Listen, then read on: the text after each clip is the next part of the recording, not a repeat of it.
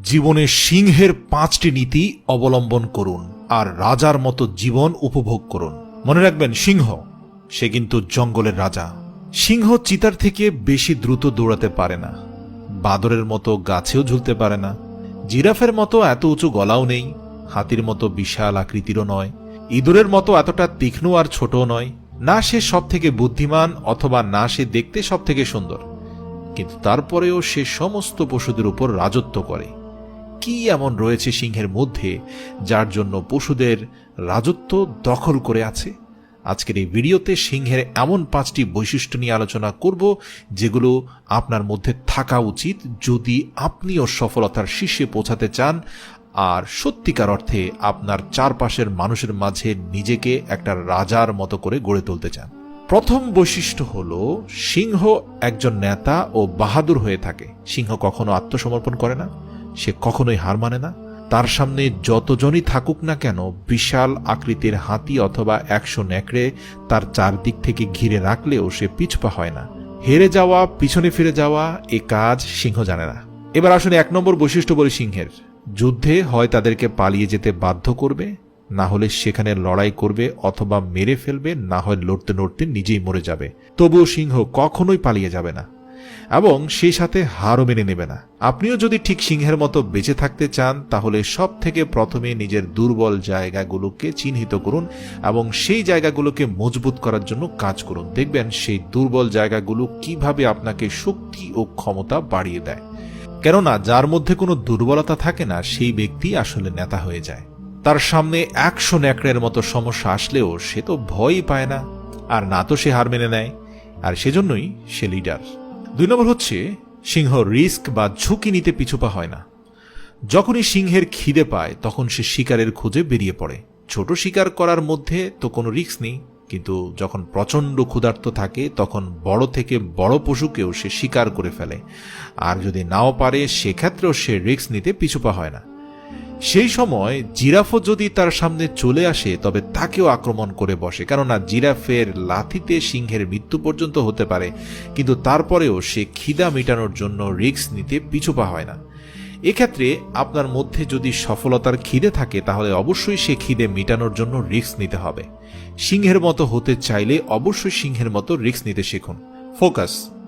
যখন সে শিকারে বের হয় তখন সে ডিরেক্ট অ্যাটাক করে না, সে প্রথমে তার শিকারকে দেখে এবং অবজার্ভ করে, তারপর সম্পূর্ণ ফোকাস সে তার শিকারের উপর দিয়ে দেয় আর শিকারের পেছনে সম্পূর্ণ ক্ষমতা দিয়ে দৌড়ায় এবং ঝাঁপিয়ে পড়ে। যা হবে হোক, কিন্তু শিকার তার কবজায় এলো কিনা সেদিকে খেয়াল রাখে। সেজন্যই আপনি যেই স্বপ্ন দেখছেন তার আগে নিজেকে প্রশ্ন করুন সেই স্বপ্ন আপনার জন্য সঠিক কিনা, অর্থাৎ আপনি প্র্যাকটিক্যালি সেই স্বপ্ন পূরণ করতে পারবেন কিনা, অথবা সেই স্বপ্নটা আপনার জন্য উপযুক্ত কিনা। যদি উত্তর হ্যাঁ হয় তাহলে নিজের সম্পূর্ণ ফোকাস সেইখানে দিয়ে দিন, সেটাকে পাবার জন্য সম্পূর্ণ ক্ষমতা লাগিয়ে দিন। হতে পারে একবারে সফলতা নাও পেতে পারেন, কিন্তু দ্বিতীয়বার চেষ্টা করবেন, কেননা অনেকবার নিজের 100% দেওয়া সত্ত্বেও শিকার সিংহের হাত থেকে বেরিয়ে যায়। তাতে কি হয়েছে? সে পুনরায় দ্বিতীয়বার চেষ্টা করে। সে ততক্ষণ পর্যন্ত চেষ্টা চালিয়ে যেতে থাকে যতক্ষণ পর্যন্ত না সে তার শিকার সম্পূর্ণরূপে হাত করতে পারে। আপনি যে কোনো কাজেই ফেল হতে পারেন অথবা সে কাজ থেকে ছিটকে যেতে পারেন, কিন্তু তারপরে পিছুপা হবেন না যতক্ষণ না পর্যন্ত আপনি সফলতা পাচ্ছেন। সিংহ খুব শক্তভাবে শিকার ধরে। সিংহ যদি একবার কোনো শিকারকে গলায় কামড় দিয়ে ধরে তবে সে শিকারকে ততক্ষণ পর্যন্ত ছাড়ে না যতক্ষণ পর্যন্ত না শিকারের প্রাণ বেরিয়ে যাচ্ছে, অথবা যতক্ষণ পর্যন্ত না সেই শিকার আহত হয়ে মাটিতে লুটিয়ে পড়ে। আপনাদেরকেও সফলতার শিকারকে শক্ত করে আঁকড়ে ধরতে হবে। আপনার স্বপ্ন যাই হোক না কেন, গন্তব্য যত দূরেই থাকুক না কেন, আপনি যদি স্বপ্ন পূরণ করার সিদ্ধান্ত নিয়ে থাকেন এবং গন্তব্যে পৌঁছানোর প্রতিজ্ঞা করে থাকেন তবে সিংহের মতো ততক্ষণ ছাড়বেন না যতক্ষণ পর্যন্ত সেই প্রতিজ্ঞা সফল হচ্ছে। আপনার স্বপ্ন পূরণ হওয়ার আগ পর্যন্ত শক্তভাবে জড়ে থাকুন। সিংহ নিজের উপর সম্পূর্ণ বিশ্বাস রাখে। সিংহ জঙ্গলের মধ্যে একমাত্র পশু যে কিনা স্বাধীনভাবে ঘুরে বেড়ায়, কারণ তার নিজের উপর 100% বিশ্বাস থাকে। কেননা তার সামনে যদি বিশাল আকৃতির হাতিও চলে আসে, তখন সে নিজেকে গুছিয়ে নেওয়ার মতো বিশ্বাস রাখে।